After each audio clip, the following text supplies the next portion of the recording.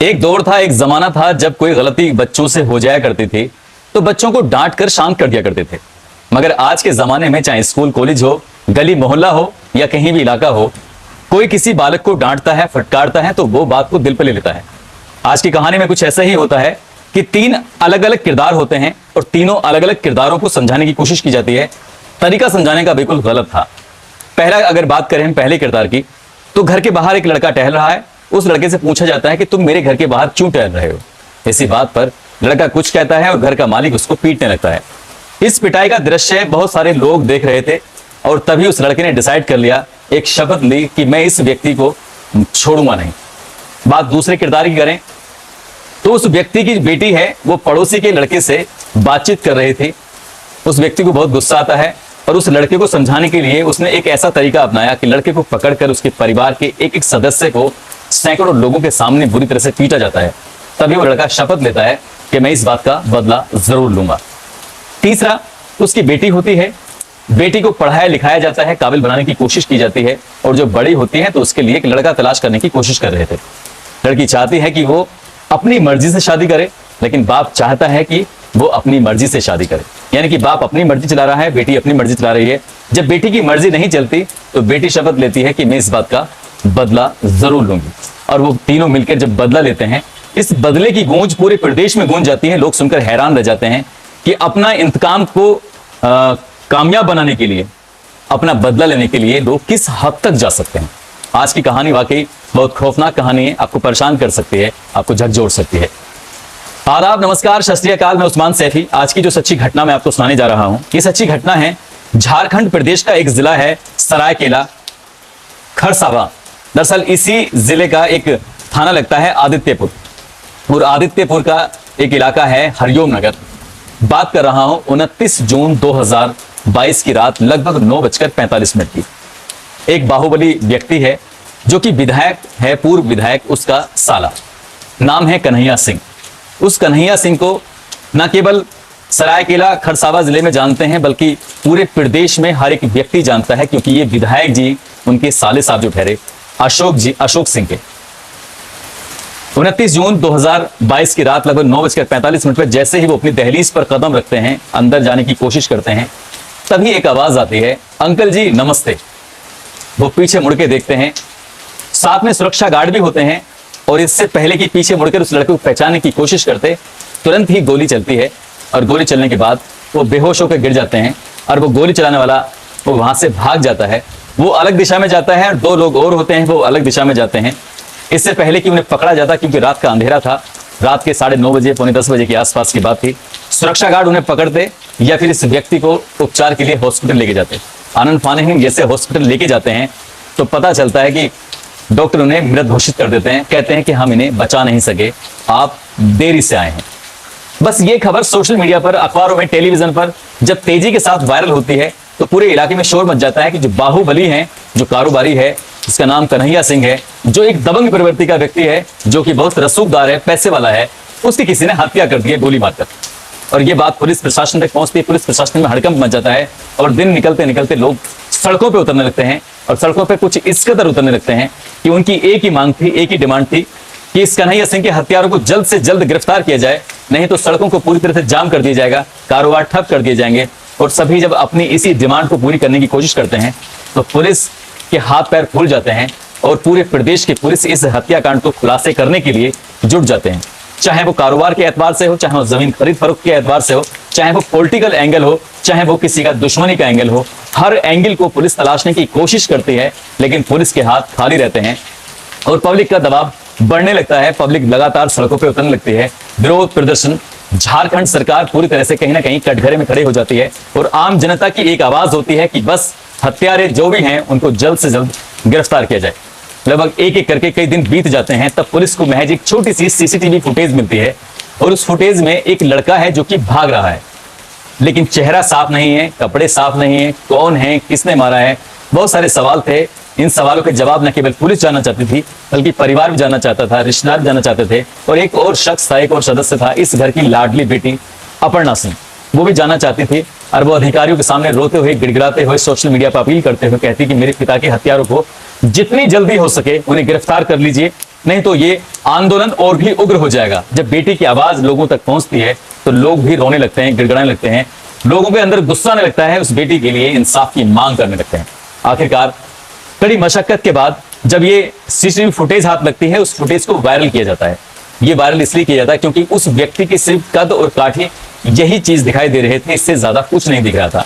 और जब पुलिस प्रशासन लगातार एक के बाद एक ग्रुपों में शेयर कर रहे थे सोशल मीडिया पर, चाहे वो फेसबुक हो, ट्विटर हो, अलग अलग जगह शेयर करते हैं, तब एक व्यक्ति पुलिस को फोन करके कहता है कि साहब, हो ना हो मुझे ये निखिल गुप्ता लगता है। निखिल गुप्ता अभी कुछ ज्यादा उम्र का नहीं है, ऐसी उम्र होगी 22-23 साल के आसपास।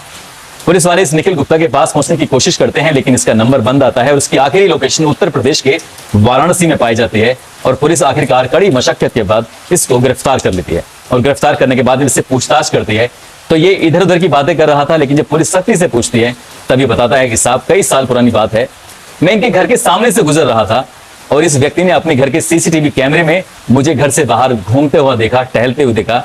इसने ये भी जानने की कोशिश नहीं की कि मैं आखिरकार यहाँ क्यों टहल रहा हूं, मेरी गलती क्या है। मुझे बिना बताए इस व्यक्ति ने एक के बाद एक कई थप्पड़ मेरे चेहरे पर जड़ दिए। मुझे गुस्सा आ गया था और मोहल्ले के बहुत सारे लोग इस तमाशे को देख रहे थे। किसी भी व्यक्ति ने मुझे बचाने की कोशिश नहीं की और लोग मुझ पर हंस रहे थे।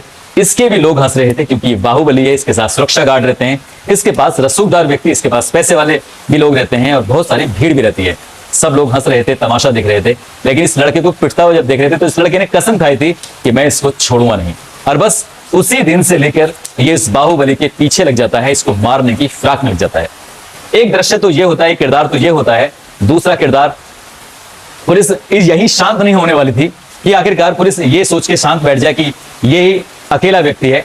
पुलिस जब इसकी सीडीआर, इसकी लोकेशन सब निकलवाती है तो एक नाम और सामने आता है और वो नाम होता है राजवीर सिंह का। जब राजवीर सिंह का नाम सामने आता है, राजवीर सिंह को पकड़ने की कोशिश की जाती है तो राजवीर सिंह भी पुलिस के हत्थे चढ़ जाता है। पुलिस उसको भी गिरफ्तार कर लेती है। जब उससे पूछा जाता है कि तुमने इस हत्याकांड में तुम्हारा क्या हाथ है, तुमने कितनी सहयोग दिया है, तब वो भी पुलिस को शुरुआत में गुमराह करने की कोशिश कर रहा था। लेकिन जब पुलिस ने अपने तरीके से पूछा तो ये 23 साल का लड़का राजवीर सिंह पुलिस के सामने जो बोलता है, पुलिस इस पर भी यकीन करती है। और वाकई ये भी हैरान करने वाली बात थी। दरअसल ये इसी इलाके में रहता है जिस इलाके में ये बाहुबली रहता था और इसी की जो बाहुबली की बेटी है वो कक्षा 8 की छात्रा रही थी और ये कक्षा 10 का छात्र रहा था। बात है सन 2017 की।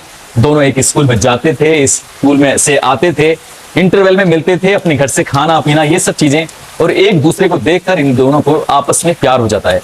और ये दोनों साथ साथ रहने के साथ साथ बहुत कम उम्र में ही एक दूसरे को दिल दे बैठने के साथ साथ शारीरिक संबंध भी बनाने लगे, एक दूसरे से बेइंतहा प्यार करने लगे, कसमें खाने की जिएंगे साथ, मरेंगे साथ।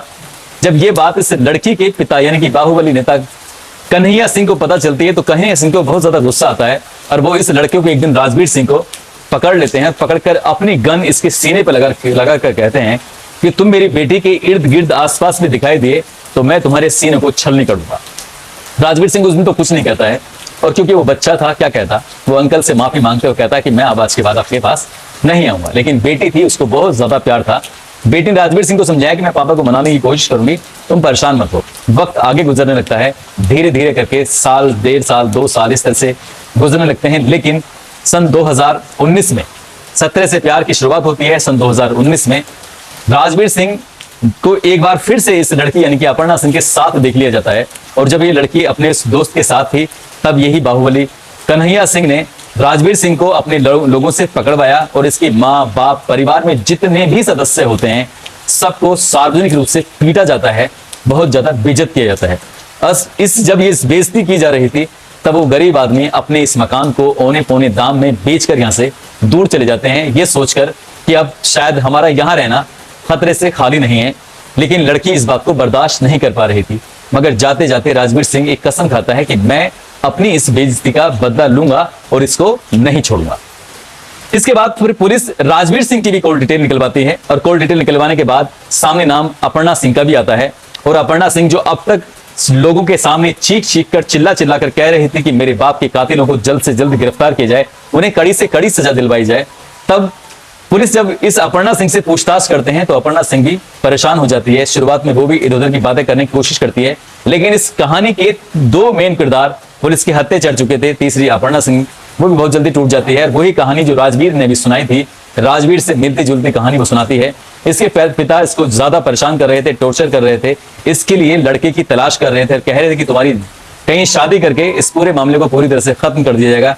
लेकिन लड़की, उसका एक ही कहना था कि शादी करूंगी तो राजवीर सिंह से करूंगी, इसके अलावा किसी से शादी नहीं करनी है।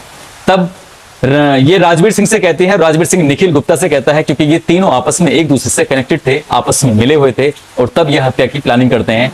20 जून 2022 को भोपाल में हत्या की घटना को अंजाम दिया जाना था, लेकिन कन्हैया सिंह की किस्मत बहुत अच्छी थी और उस दिन वो बच जाता है। मगर 29 जून 2022 की रात 9:45 पर कन्हैया सिंह की किस्मत अच्छी नहीं थी और निखिल गुप्ता उनके ठीक घर के सामने पहले से मौत से इंतजार कर रहे थे, क्योंकि बेटी अपनी घर की जो थी वो भेद खोल रही थी। पापा से फोन करके बार बार पूछ रही थी, पापा तुम कहाँ हो, जल्दी से आ जाओ, बहुत तेज भूख लगी है, खाना खाना है, तुम्हारी बहुत याद आ रही है, मुझे बहुत टेंशन हो रही है, इस तरह की बातें कर रही थी। पापा को भी यकीन नहीं था कि आज बेटी का इतना प्यार क्यों मर रहा है, क्योंकि पापा की पल पल की जो लोकेशन थी वो राजवीर सिंह और निखिल गुप्ता को लगातार दी जा रही थी। जैसे ही कन्हैया सिंह घर की दहलीज पर कदम रखते हैं, गोलियों से उन्हें भून दिया जाता है, मौत के घाट उतार दिया जाता है। फिलहाल पुलिस ने इन तीनों अपराधियों को जो गिरफ्तार किया है, और साथ ही जिससे इन्होंने ये किस्सू, एक सौरभ नाम का लड़का है, उससे हथियार खरीदा गया था, और साथ ही 2 और लड़कों की भूमिका भी संदिग्ध बनी हुई है, पाई गई है, उनका नाम सामने आया है। पुलिस उनको भी गिरफ्तार करने की कोशिश कर रही है। जो एसपी हैं आनंद प्रकाश, वो कहते हैं कि हमने बिल्कुल भी नहीं सोचा था कि इस हत्याकांड को अंजाम दिलाने में उन्हीं की सगी बेटी निकलेगी, हमें बिल्कुल भी नहीं पता था। इसीलिए पुलिस को इस घटनाक्रम के खुलासे करने के लिए 9 दिन का समय लग जाता है, और 8 जुलाई 2022 को इस घटनाक्रम का खुलासा करते हुए आरोपियों को गिरफ्तार करने के बाद जेल भेज दिया जाता है। पुलिस की कोशिश है कि कम से कम समय में इन आरोपियों को गिरफ्तार करके जेल भेजा जाए, और जो चार्जशीट है वो लगाकर इन्हें सजा दिलाने की कोशिश की जाए। जो यहाँ के विधायक हैं, पूर्व विधायक, उनके ये साले लगते हैं, और पूर्व विधायक का अपने आप में बहुत बड़ा जलवा है, बहुत ताकतवर व्यक्ति हैं, लेकिन विधायक अरविंद सिंह के जो रिश्तेदार हैं, साले हैं, उनको मौत के घाट उतार के लोगों ने दिखा दिया है कि वो किसी से डरते नहीं हैं, और उन्होंने इस घटना को अंजाम देकर पूरे प्रदेश में एक सुर्खियां बटोरी हैं। फिलहाल पुलिस अपने मामले की भी जांच कर रही है और इससे जुड़े अपराधी को पकड़ने की कोशिश कर रही है। इस घटनाक्रम को सुनाने का उद्देश्य किसी को परेशान करना नहीं है, किसी का दिल दुखाना नहीं है, बल्कि आपको जागरूक करना है, आपको सचेत करना है। जाते जाते जो सिलसिला होता है लोगों के जन्मदिन का, जिसमें सदफ खान है भरतपुर कामा राजस्थान से, सोनिया बाई माधोपुर से हैं, शेखर सिंह रामपुर से, अब्दुल कादिर सहारनपुर से, और कपिल सोम मेरठ से। आप सभी को जन्मदिन की बहुत सारी शुभकामनाएं, मुबारकबाद। यूट्यूब पर इमरान खान झारखंड से, प्रवीण कुमार एटा से, मुलायम यादव कुशीनगर से, अयूब खान यूरोप से, सुरेंद्र राणा राजस्थान से, वारिस माधोपुर से, सत्यम कुमार बिहार से, सूरज कुमार गाजीपुर से, अनुराग यादव करहल से, रमेश चौधरी जालोर से, निजामुद्दीन अंसारी बिहार से, ताजमुल अंसारी, संदीप पासी कौशाम्बी से, और पूजा कुमारी यूपी से, विष्णु गुज्जर राजस्थान से, प्रकाश कार्तिक नेपाल से, पदम सिंह, धीरज बालियान मध्य प्रदेश से, विजेंद्र सिंह राजस्थान से, विवेक लाडला गोंडा से, रामिल प्रजापति मौसम खान अलवर से, और चुन्नू शाह नेपाल से, अरविंद पाल अशोकनगर से, सलीम आलम बिहार से, और फेसबुक पर आलोक पाल कानपुर से, नोबिल कार्तिक अभिराग, ये तीनों भाई हैं राजस्थान से, इन्होंने एक साथ नाम लेने की अपील की थी।